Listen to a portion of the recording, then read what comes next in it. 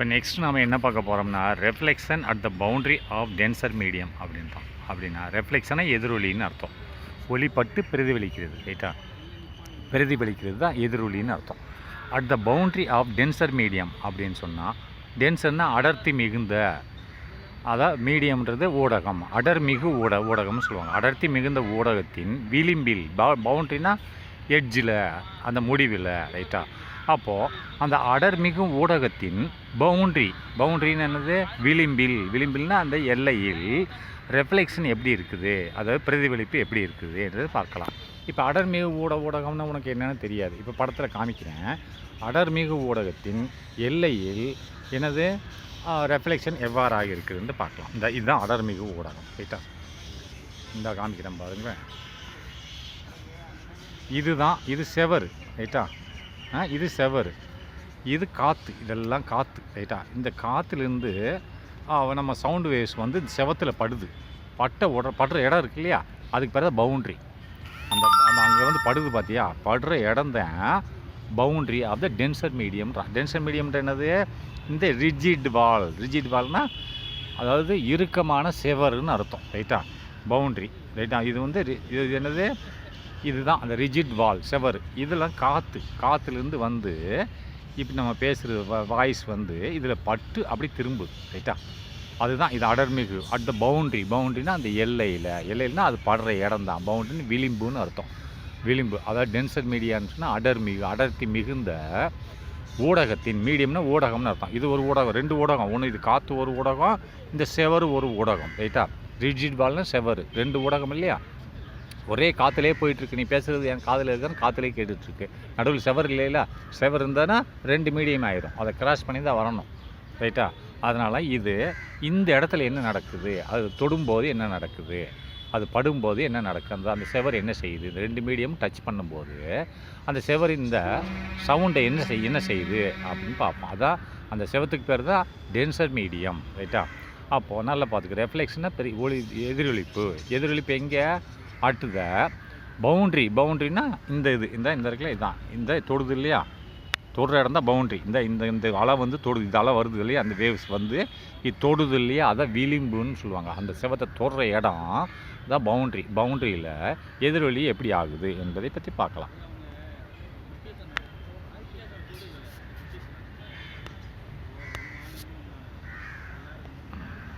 இப்போ நல்ல longitudinal waves அப்படின்னு நெட்டலைகள். லாஞ்சிடியூடினல் வேவ்ஸ்னு நம்ம பேசுகிறதுக்கு நேராக போகணும். செங்குத்தாக போச்சுன்னா டிரான்ஸ்வர்ஸ் வேவ், ரைட்டா? என் வாய் இருக்குன்னா வாயிலேருந்து சவுண்டு வெளியே வந்து அப்படி நேராக பேரலாக போகணும். என் வாய்க்கு பேரலாக போச்சுன்னு சொன்னால் அதுக்கு பேர் லாஞ்சிடியூடினல் வேவ்ஸ். லாஞ்சிடியூடினல் நெட் அலைகள்னு அர்த்தம். நெட் அலைகள் ஏற்கனவே படிச்சிருக்கோம். ட்ராவல்ஸ் இன் எ மீடியம் அப்படின்னா ஒரு ஊடகத்தில் பயணம் செய்கிறது. அது காற்றோ இல்லை தண்ணியோ இல்லை சாலிடோ, ஏதாவது ஒரு ஊடகத்தில் பயணம் செய்கிறது. இந்த ஃபார்ம் ஆஃப் கம்ப்ரெஷன் அண்ட் ரேர்ஃபேக்ஷன்றான். இந்த ஃபார்ம் ஆஃப் கம்ப்ரெஷன் இறுக்கம்னு அர்த்தம். நெருக்கமாக இருக்கும். அதாவது வேவ்ஸ், அலைகள் வந்து அந்த வேவ் இருக்குல்லையே, அது நெருக்கமாக இருக்கிறதுக்கு பேர் கம்ப்ரெஷன் அப்படின்பாங்க.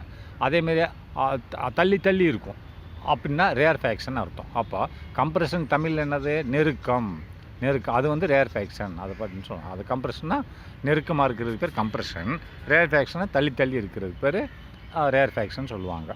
அதைத்தான் என்ன சொல்லுவாங்கன்னா இறுக்கம்னு சொல்லுவாங்க. கம்ப்ரெஷன் இறுக்கம், அதுக்கு ரேர்ஃபேக்ஷன் தளர்வு. இது இறுக்கமாக நெருக்கி இருக்குது, அது தளர்வாக இருக்குதுன்னு அர்த்தம். இங்கே வாங்க காமிக்கிறேன் கம்ப்ரெஷனை எப்படின்னு காமிக்கிறேன். இங்கே பாருங்கள், கம்ப்ரெஷன் இந்த இருக்கு பாரு. கம்ப்ரெஷன் வரேன்.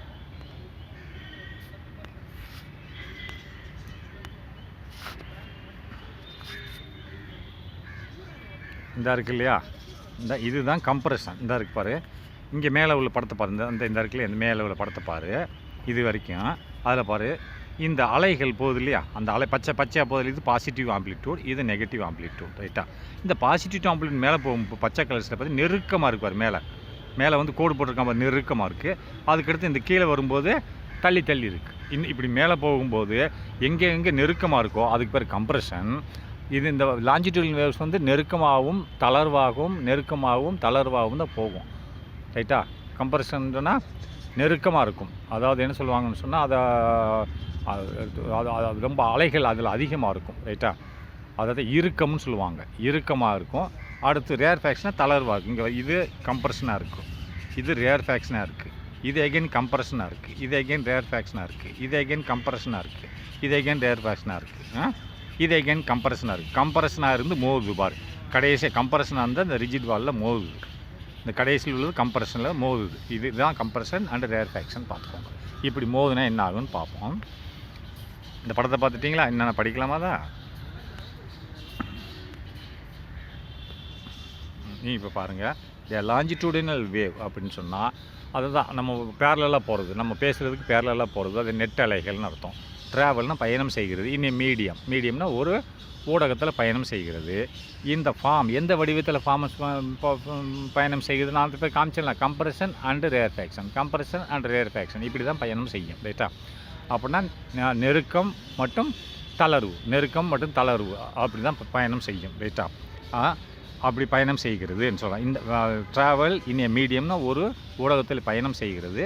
இந்த form of compression and rarefaction. புரிஞ்சுதா? சரி, நெக்ஸ்ட் என்ன? Suppose a compression travelling in air from left to right reaches a rigid wall. அப்படின்னா ஒரு கம்ப்ரெஷன் இறுக்கம் நெருக்கம் ரெண்டு ஒன்று தான்.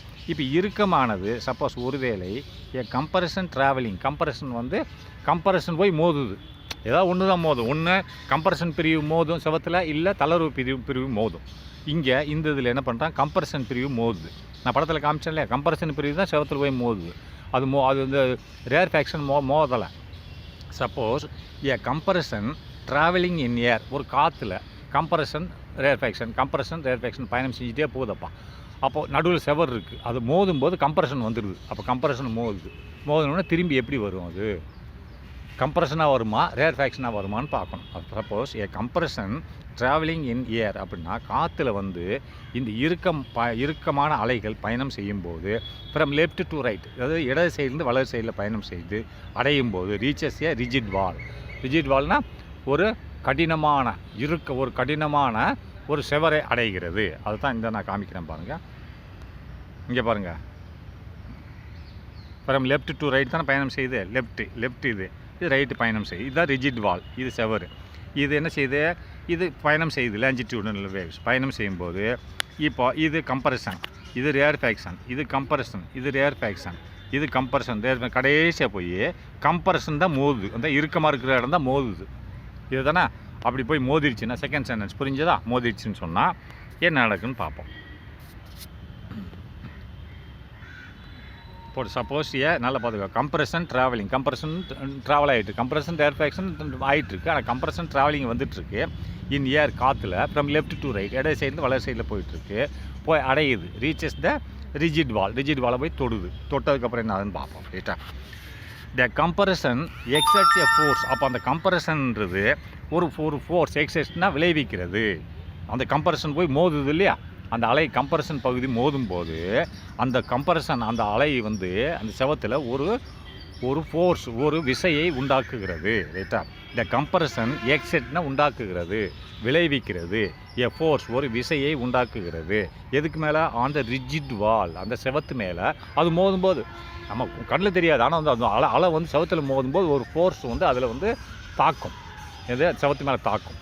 அதுதான் சொல்கிறேன். இந்த கம்ப்ரெஷன் எக்ஸெட்னா விளைவிக்கிறது, எ ஃபோர்ஸ் எஃப் என்ற ஒரு ஃபோர்ஸை விளைவிக்கிறது, விசையை விளைவிக்கிறது. எங்கே? அந்த ரிஜிட் வால், அந்த செவத்து மேலே விளைவிக்கிறது. ரைட்டா? இன் டேன், அதுக்கு விளைவித்த உடனே திரும்ப அந்த செவரான என்ன பண்ணும், நியூட்டன்ஸ் தேர்ட் லா என்ன செய்யும், for every action there is equal and opposite reaction. நீ பந்த செவத்தில் இருந்துச்சுன்னா பந்து திரும்பி வரும். ரைட்டா? அதான் சொல்கிறேன். இன் டேன் அப்படி போய் அது மோதும்போது எஃப் என்ற ஃபோர்ஸை விளைவிக்கிறது. அப்படி விளைவித்த உடனே அந்த செவர் என்ன செய்யும்னா இன் டேன் பதிலுக்கு த வால் எக்ஸெட் எ ஃபோர்ஸ், அந்த செவர் இந்த அலை மேலே ஒரு ஃபோர்ஸை பதிலுக்கு உண்டாக்கும். த வால் எக்ஸெட்னா உண்டாக்கும். எதை? அண்ட் ஈக்குவல் சமமான அண்டும் ஆப்போசிட் ரியாக்ஷன், அதாவது எதிர்த்த ஒரு ஆக்ஷன் நடவடிக்கை உண்டாக்கும். அந்த அலை மோதும்போது அந்த கம்ப்ரெஷன் மோதுறதுக்கு பேர் ஃபோர்ஸ். ரைட்டா? அந்த ஃபோர்ஸ் செவத்தில் மோதினவுடனே அந்த செவர் என்ன செய்யும், அதுக்கு சரி அது எவ்வளோ வேகமாக மோதிச்சோ, எவ்வளோ கம்ப்ரெஷனில் மோதிச்சோ அதே கம்ப்ரெஷனில் திருப்பி அடிக்கும். வந்த டைரெக்ஷனில் எந்த திசையை அந்த திசைக்கு அப்படின்னு இப்போ பந்தை நம்ம எறிகிறோம் செவத்தில், அந்த பந்து நம்மளை நோக்கி தான் திரும்பி வருது, செவத்துக்கு மேலே போகுதா, போகாத இல்லையா, அதுதான் இந்த ரூல்ஸ் ரைட்டா. இந்த இன்டேன் அதுக்கு பதிலுக்கு த வால் எக்ஸட் அண்ட் ஈக்குவல், அது எந்த வேகமாக மோதிச்சோ அதுக்கு சரியான அண்ட் ஆப்போசிட் எதிர் திசையில் ஒரு ஃபோர்ஸை உண்டாக்கி திருப்பி அனுப்பிடுது அந்த அலையை. வேணால் காமிக்கிறேன்ப்பா.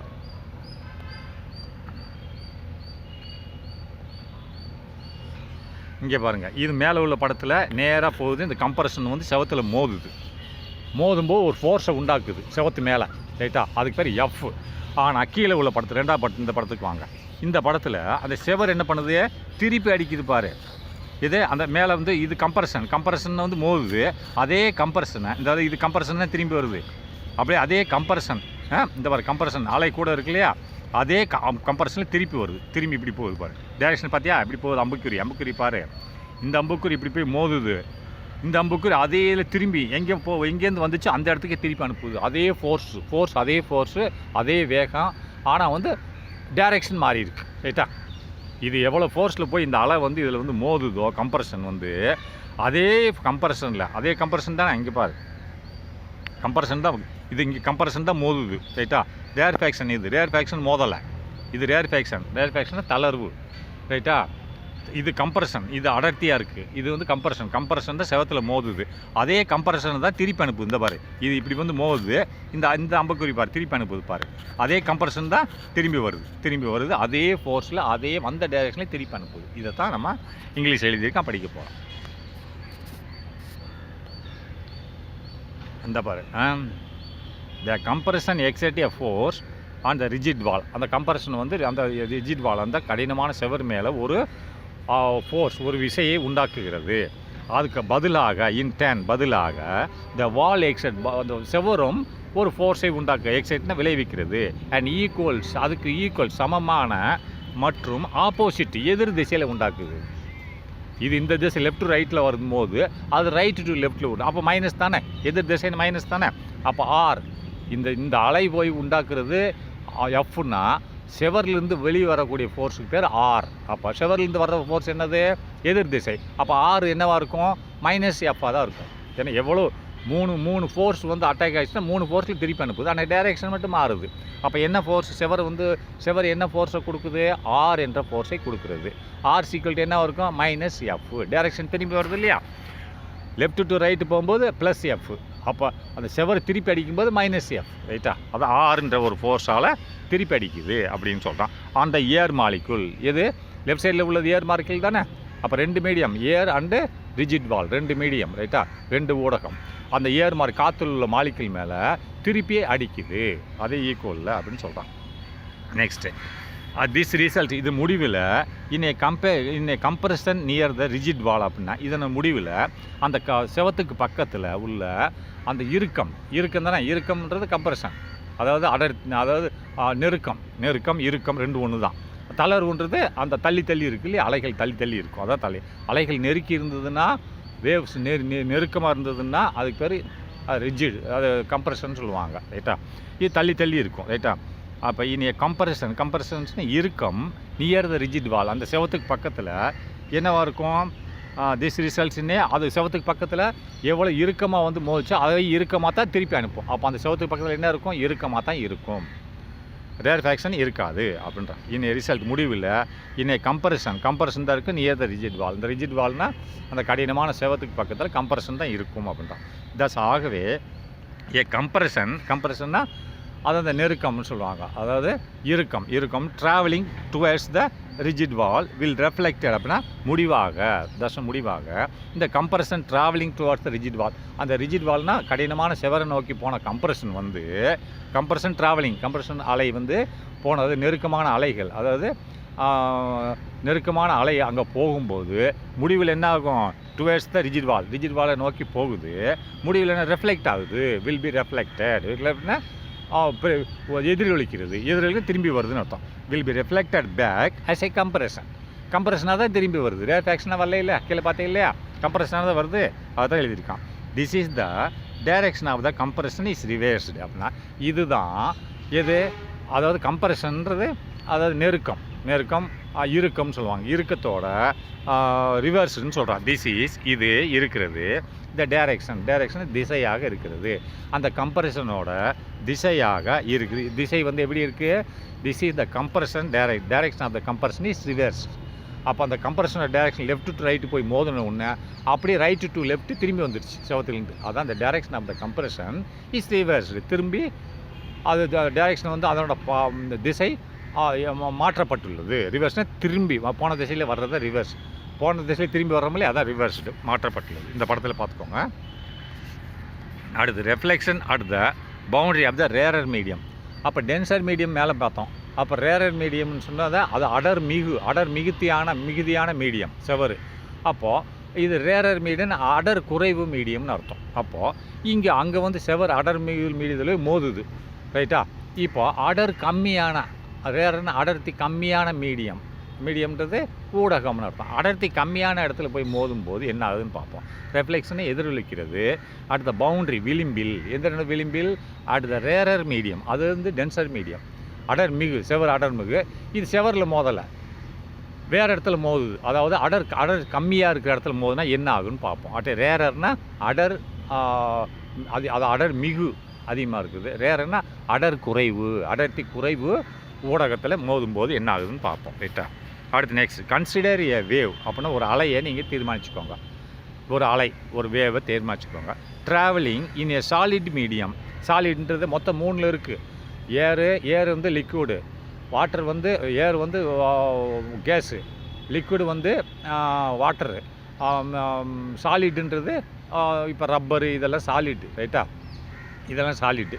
அப்போ எப்பயுமே இந்த சவுண்ட் வேவ் வந்து சாலிடில் ரொம்ப வேகமாக போகும். அதை விட இன்னும் கொஞ்சம் கம்மி எதில் போகும்? லிக்விடில் போகும், வாட்டரில். அதை விட இன்னும் கம்மி எங்கே போகும்? காற்றுல. அப்போ இருக்கிறதுலே கம்மி காற்றுல தான் வேகம் கம்மி. அதை விட இன்னும் வேகம் கூட இங்கே ஏற்கனவே படிச்சிருக்கோம், ஞாபகம் இருக்கா? காற்றுல தான் இருக்கிறதுலே கம்மியான வேகத்தில் போகும். அதுக்கடுத்து லிக்விடில் போகும், வேகமாக போகும். அதுக்கடுத்து இன்னும் வேகமாக சாலிடில் போகும், ரைட்டா? இப்போது அவன் என்ன சொல்கிற? ரேரர் மீடியத்தில் இது முதல்லேருந்து என்ன பண்ணுச்சு? நம்ம காற்றுலேருந்து டென்சர் மீடியத்துக்கு போகுது. இப்போ ரேரர் மீடியம்னு வரும்போது இப்போ எப்படி போகுதுன்னு பார்ப்போம். Consider a wave. ஒரு அலையை நீ எடுத்துக்கொள்.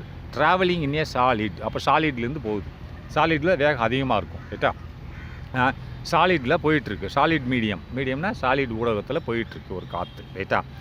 Striking on the interface between the solid and the air. அப்படின்னா அந்த சாலிட்லேருந்து போயிட்டு காற்றுல போய் மோதுது, ரைட்டா? ஃபஸ்ட்டு சாலிட் ரப்பருக்குள்ளேயே போகுதுன்னு வச்சுக்கோ. ரப்பர் எடுத்துக்கோ. ரப்பருக்குள்ளேயே காற்று போகுது. போன உடனே அங்கே சவுண்டு போகுது. போனதுக்கப்புறம் காற்றுல வந்து மோதுது. அப்போ ரேரர் மீடியம், காற்று வந்து ரேரர் மீடியம், ரைட்டா? அப்போ மோதும்போது என்ன ஆகுதுன்னு பார்ப்போம். அதை கன்சிடர் ஒரு வேவை நீ ஒரு அலையை தீர்மானித்துக்கொள். ட்ராவலிங்னு பயணம் செய்கிறது. அலைன்னு என்னது? சவுண்டு வேவுன்னு அர்த்தம். வேவுன்னு இந்த சவுண்டு தான் அர்த்தம், இந்த இடத்துல சத்தம் தான், ரைட்டா? Travelling in a solid medium. அப்போ ஒரு சாலிட் மீடியத்திலேருந்து ட்ராவல் ஆகுது, பயணம் செய்கிறது. அப்போ ஸ்ட்ரைக்கிங்னு மோதுகிறது, பயணம் செஞ்சு போய் மோதுகிறது. எங்கே போய் அங்கே போய் எதில் மோச்சு? செவத்தில் மோச்சு. இங்கே எதில் மோது? ஸ்ட்ரைக்கிங் ஆன் த இன்டர்ஃபேஸ்னால் விளிம்பு. இது விளிம்பு தான், ரைட்டா?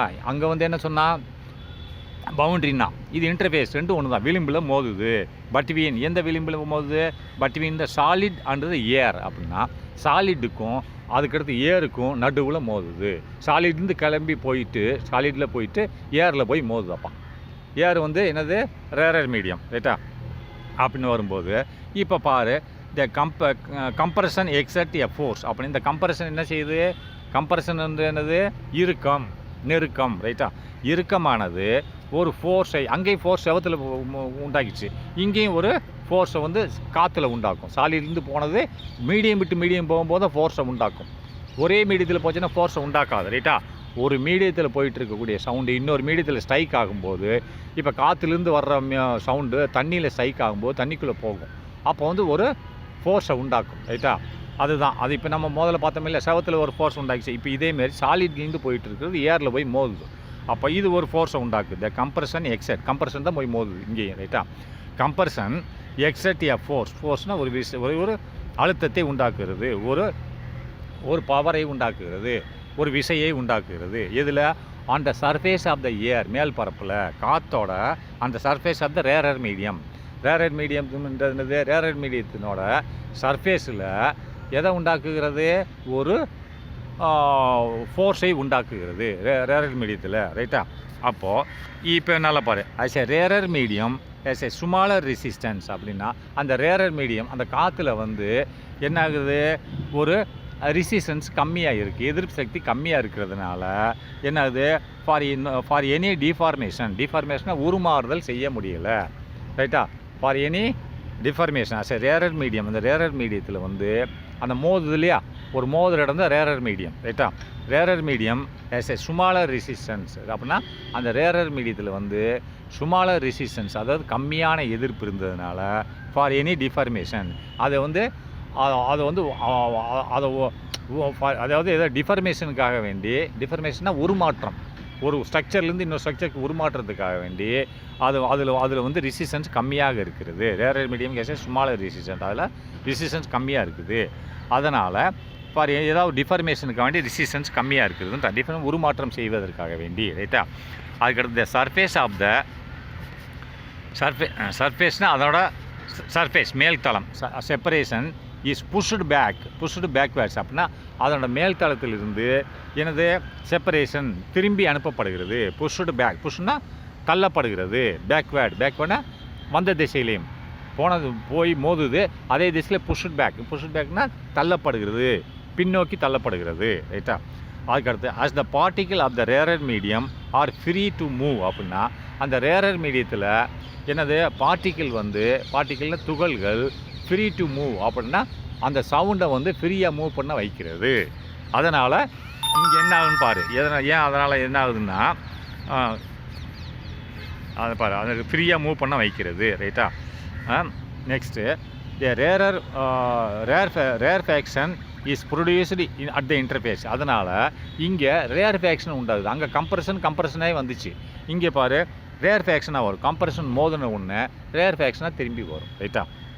அதுதான் இதில் ஒன்று. ஏன்னா இதில் காற்றுல வந்து பார்ட்டிகிள்ஸு ஃப்ரீயாக மூவ் ஆகுது. அதனால் நல்லா பார்த்துக்கோ, at the particle of the rarer medium அப்படின்னா இந்த ரேரர் மீடியத்தில் உள்ள பார்ட்டிக்கிள் வந்து ஃப்ரீயாக மூவ் ஆகுறதுனால the particle of the rarer medium ஃப்ரீயாக மூவ் ஆகுறதுனால ரேர்ஃபேக்ஷன் இஸ் ப்ரொடியூஸ். ரேர்ஃபேக்ஷன் சொன்னால் தளர்வு, அலையில் தளர்வு உண்டாக்கப்படுகிறது.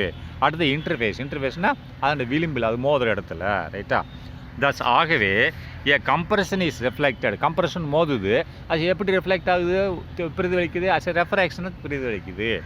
Refraction and rarefaction travels from right to left அப்படின்னா அப்படி கம்ப்ரஷனாக மோதி அது ரேர்ஃபேக்ஷனாக எதிர்வலிக்கிறது.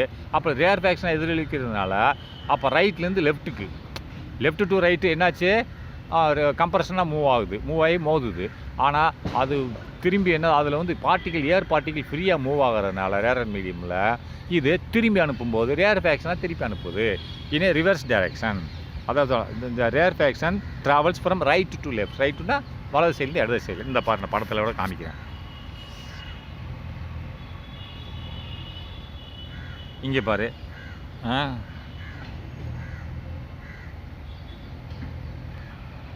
இங்கே பாரு, அதில் அப்படி இல்லை. இதில் இப்படி லெஃப்ட் டு ரைட் போகுதா? இது வந்து என்னது சாலிட் மீடியம், ரைட்டா? இது சாலிட் மீடியம். இது வந்து என்னது? முதல்ல செவருன்னு சொன்னேன், இப்போ இது ஏர்னு வச்சுக்கோ, ரைட்டா? இப்போ இது ஏர்னா ரேரர் மீடியம்னு சொல்லிட்டான். அப்போ இது இந்த சைடில் வந்து இங்கே மோதும்போது எதுவாக மோதுது? கம்ப்ரஷனில் தான் மோதுது. இந்த அடர் மிகு, ரைட்டா? கம்ப்ரஷனில் தான் மோதும்போது ஆனால் திரும்பி அங்கே வரும்போது அந்த படத்தில் பார்த்தீங்கன்னா திரும்பி வரும்போது கம்ப்ரஷனாக தான் திரும்பி வரும் கீழ் படத்தில் பார்த்தீங்கன்னா. ஆனால் இங்கே பாரு, கீழ் படத்தில் அது என்ன செய்யுது? ரேர்ஃபேக்ஷனாக திரும்பி வருது பாரு. ரேர்ஃபேக்ஷனாக திரும்பி வருதா? கம்ப்ரஷனாக இல்லை பாரு, ரேர்ஃபேக்ஷனாக இருக்கா? அந்த பாரு, இது ரேர்ஃபேக்ஷன். அலைகள் நெருக்கமாக இல்லை, இதில் நெருக்கமாக இருக்குது பாரு. அடர்மி இது அலை நெருக்கமாக இருக்குது இல்லையா? அதில் நெருக்கமாக இல்லை, ரைட்டா? நெருக்கமாக இருந்தால் என்னது? கம்ப்ரஷன். நெருக்கமாக இல்லைன்னு சொன்னால் ரேர்ஃபேக்ஷன். அதில் வந்து நெருக்கமாக இருந்தது, போனது நெருக்கம், வந்தது நெருக்கம். ஆனால் இதில் என்னது? போனது கம்ப்ரஷன் மோதும்போது, ஆனால் திரும்பி வரும்போது ரேர்ஃபேக்ஷன். கீழே அலையை பாரு, கீழே பாரு. இந்த இது கம்ப்ரஷன்னா இது நெருக்கம், இதை திரும்பி வருது இந்த டைரெக்ஷனில் வரும்போது என்னவா ஸ்டார்ட் ஆகுது? ரேர்ஃபேக்ஷனாக ஸ்டார்ட் ஆகுது. பட் ஆனால் opposite direction from right to left வரும்போது ரைட் டு லெஃப்ட்டு, போகும்போது லெஃப்ட் டு ரைட். இது தான் சொல்லியிருக்கான். பார்த்துக்கோங்க. அடுத்து next, what is meant by a rarer and denser medium? உனக்கு ரேரர் மீடியம்னா என்ன, டென்சர் மீடியம்னா என்ன அவனுக்கு தெரியுமா அப்படின்னு கேட்குறான். ரைட்டா? ரேரர்னு என்ன, டென்சர்னு என்ன அப்படின்றான். ரேர்னா அடர் குறைவு, அடர்த்தி குறைவு.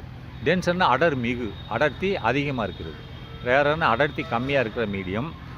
அப்போது டென்சர்னா அடர்த்தி அதிகமாக இருக்கிற மீடியம்னு அர்த்தம். இப்போது நல்ல கவனிங்க. த மீடியம் இன் விச், ஒரு மீடியம்னா ஒரு ஊடகம், அது ரேரர் மீடியமாக இருக்கலாம், டென்சர் மீடியமாக இருக்கலாம்.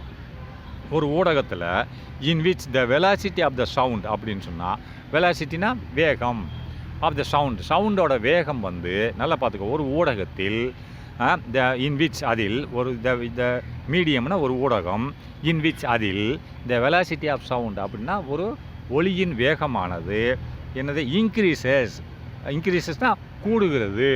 Compared to the other medium is called rarer medium. அப்படின்னா கம்பேர்ட் டு த அதர் மீடியம்னா அதை ஒப்பிட்டு பார்க்கும்போது இதனோட ஒளியின் வேகம் கூடுகிறது.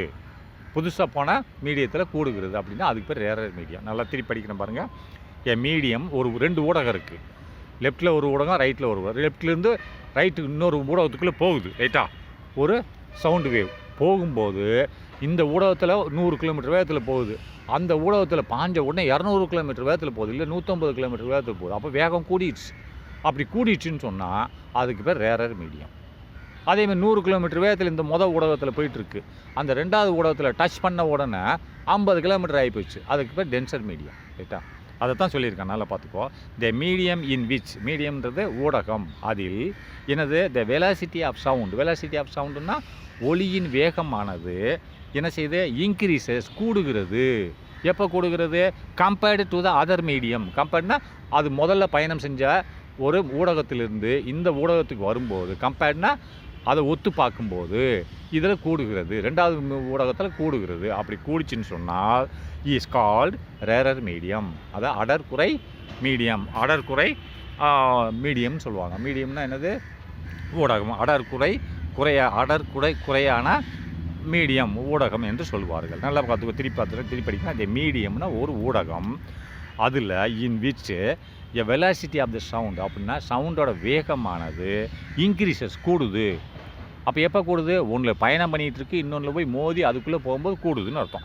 Increases compared to the other. Compared to த முதல்ல பயணம் பண்ண ஊடகத்தை விட இந்த மோதி இதுக்குள்ளே போகிறதுல கூடுதுன்னு அர்த்தம். Compared to the other medium is called rarer medium. அப்படின்னா ரேரர் மீடியம்னா அடர் குறைவு மீடியம். மீடியம்னு ஊடகம்னு அர்த்தம். அப்போ உதாரணம் சொல்கிறாங்க கேளு. இப்போ water is rarer compared to the air. அப்படின்னா வாட்டர் வந்து ஏரை விட ரேரர் மீடியம். ஏன்னு சொல்லி பார்ப்போம். வாட்டரில் ஏரில் எவ்வளோ வேகமாக வந்து உனக்கு வந்து சவுண்டு போகுதோ அதை விட தண்ணியில் அதிகமாக போகும். ஏற்கனவே படிச்சிருக்கேன். அதை விட சாலிடில் இன்னும் அதிகமாக போகும். அப்படின்னா இப்போ தண்ணியில் காற்றுலேருந்து உன் சவுண்டு வருது, நீ பேசுகிற சவுண்டு. பக்கத்தில் தண்ணி 6 குளம் இருக்குது, அந்த குளத்துக்குள்ளே தான் நீ பேசுகிற சவுண்டு போகும். பக்கத்தில் பேசினேன்னா குளத்துக்குள்ளே போகும்போது அந்த வாயிலேருந்து அந்த தண்ணிக்குள்ளே கம்மாயில் உள்ள தண்ணிக்கு போகிற வரைக்கும் 100 கிலோமீட்டர் வேகத்தில் போகும். ஆனால் தண்ணிக்குள்ளே போனதுக்கப்புறம் 200 கிலோமீட்டர் வேகத்தில் போகும். அதை தான் சொல்கிறான். இதுக்கு பேர் ரேரர் மீடியம். ரேரர் மீடியம் கூடணும். ரைட்டா? கூடிச்சுன்னா ரேரர் மீடியம். அதை தான் உதாரணமாக water is a rarer medium. Rarer medium எதுக்கு ரேரர் மீடியம்? கம்பேர்டு டு ஏரை கம்பேர் பண்ணும்போது வாட்டர் வந்து ரேரர் மீடியம். ஏன்னா ஒரு அலை வந்து காற்றுலேருந்து வந்து காற்றுல நான் ஏற்கனவே சொல்லியிருக்கேன், சாலிடில் ரொம்ப ஜாஸ்தியாக இருக்கும் வேகம், அதை விட இன்னும் கொஞ்சம் கம்மியாக இருக்கும் வாட்டரில், அதை விட இன்னும் கொஞ்சம் கம்மியாக இருக்கும் ஏரில். அப்போ இருக்கிறதுலே மூணில் தான் அந்த ட்ராவல் ஆகும். எது? Sound waves. Air, liquid and solid. ஆனால் இதில் ஒரு மீடியத்திலேருந்து காற்று சவுண்டு போய் இன்னொரு மீடியத்தில் நுழைஞ்ச உடனே வேகம் கூடிடுச்சுன்னு சொன்னால் அந்த மீடியத்துக்கு பேர் ரேரர் மீடியம். குறைஞ்சிருச்சுன்னு சொன்னால் அந்த மீடியத்துக்கு பேர் டென்சர் மீடியம். உதாரணமாக இப்போ என்ன சொல்கிறான், காற்றுலேருந்து நான் பேசுகிறது தண்ணிக்குள்ளே போகுது என் சத்தம், அப்போ கூடிடும். ஏன் தண்ணிக்குள்ளே அதனோட சவுண்டோட வேகம் கூடுது. ரைட்டா? அப்போ இதுக்கு பேர் ரேரர் மீடியம். இப்போ உதாரணமாக சாலிட்லேருந்து நான் பேசுகிறேன், சாலிட்லேருந்து ஒரு சத்தம் வர்றது காற்று வர்றது இதுக்குள்ளே வருது, தண்ணிக்குள்ளே வருதுன்னு வச்சுக்கிறோமே. அப்போ சாலிடில் ஏற்கனவே வேகம் ஜாஸ்தி, அதோட கம்மியானது தானே எது உனக்கு தண்ணி அப்படின்னா இது டென்சர் மீடியம். ரைட்டா? அதை தான் நல்லா கவனிச்சுக்கணும். ஏன்னா அதை தான் வேகம் ஒரு மீடியத்திலேருந்து இன்னொரு மீடியத்துக்கு போகும்போது வேகம் கூடினால் அதற்கு பேர் ரேரர் மீடியம். அதுக்கு தான் உதாரணம் சொல்லியிருக்கான் பாரு. Water is a rarer medium. எப்போ வாட்டர் ரேரர் மீடியமாக இருக்கும்? காற்றை கம்பேர் பண்ணும்போது தான் ரேரர் மீடியமாக இருக்கும். Water is not a rarer medium on comparison with the solid. ஏன்னா வாட்டரை விட சாலிடில் ஸ்பீட் ஜாஸ்தி, சவுண்டோட ஸ்பீட் ஜாஸ்தி. நல்லா கவனிச்சுக்கணும். வாட்டர் வந்து எப்போ ரேரர் மீடியமாக இருக்கும்? காற்றை கம்பேர் பண்ணும்போது ரேரர் மீடியமாக இருக்கும். ரேரர் மீடியம் என்ன? ஒரு மீடியத்தில் பயணம் செய்த ஒலியானது, அதாவது சவுண்டானது, அது இன்னொரு மீடியத்தில் மோதி பயணம் செய்யும்போது அதனோட வேகம் கூடினால் அதற்கு பேர் ரேரர் மீடியம். வேகம் குறைந்தால் அதற்கு பேர் டென்சர் மீடியம். ரைட்டா? அடுத்து செகண்ட் பாரு. இது முதல்ல சொல்லிட்டேன், நான் திரும்பி படிக்கிறேன் உனக்கு. த மீடியம் இன் விச் அப்படின்னா ஒரு ஊடகம், அதில் த வெலாசிட்டி ஆஃப் சவுண்ட் அப்படின்னு சொன்னால் ஒலியின் வேகமானது என்ன செய்கிறது? இன்க்ரீசஸ், கூடுகிறது. எப்போ கூடுகிறது? Compared to the other medium. Compared to other மீடியம்னா அது முதல்ல பயணம் செஞ்ச மீடியத்தை கம்பேர் பண்ணும்போது ரெண்டாவது பயணம் செய்யும் மீடியத்தில் கூடுகிறது. அப்படி கூடுனா அதற்கு பேர் ரேர் மீடியம். அது உதாரணத்தை சொல்ல, water is a rarer medium, water is a rarer compared to air for sound. அப்படின்னா வாட்டர், தண்ணி ரேரர் தான். ரேரர்னா அடர்குறை கம்பேர்ட் டு த ஏர். அப்போ ஏரை கம்பேர் பண்ணும்போது இது அடர்குறையாக இருக்கிறது. ஃபார் சவுண்டுக்கு அடர்குறையாக இருக்கிறது. ரைட்டா? அடுத்து இந்த டென்சர் மீடியம் பார்ப்போம். The medium in which the velocity of sound decreases. அங்கே கூடுது. இப்போ இது என்ன சொல்கிறான் பாரு, ஒரு மீடியத்தில் பயணம் செய்த ஒரு சவுண்டானது இன்னொரு மீடியத்தில் போகும்போது குறையுது. அப்படின்னா டென்சர் மீடியம் தான்.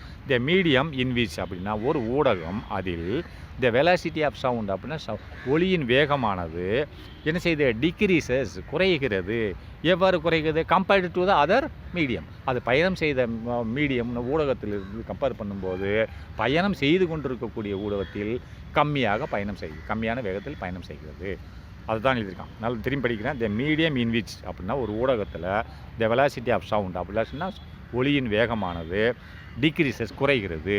எது குறைகிறது? அது முதல்ல பயணம் செஞ்சதை விட இது குறைஞ்சிடுச்சு. Compared to the other medium is called the denser medium. Denser medium போட்டால் இப்போ பாரு, air is denser compared to the water for sound. அப்படின்னா ஏர், காற்று இஸ் டென்சர் மீடியம். எப்படின்னா இப்போ தண்ணி வேறு தண்ணியிலேருந்து வேகமாக வர்ற சவுண்டு, தண்ணிக்குள்ளேருந்து ஒரு சவுண்டு வருதாப்பா.